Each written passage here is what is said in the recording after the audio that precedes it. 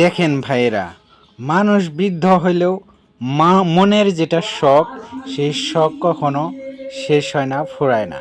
তাই আপনাদেরকে দেখাইতেছি যে দেখেন, একটা বৃদ্ধ লোক সে কি করছে, এই বয়সেও ঘুড্ডি উড়াইতেছে।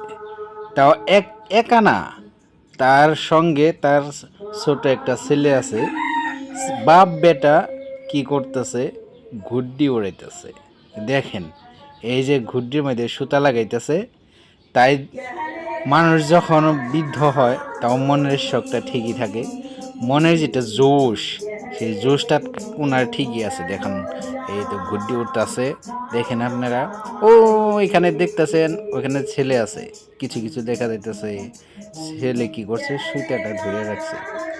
বন্ধুরা, আপনারা একটা কথা মনে করবেন, মানুষের মনে যখন পর্যন্ত জোশ থাকে তখন পর্যন্ত মানুষের শারীরিক অবস্থাও ঠিক থাকে। দেখেন ঘুরতে উঠতে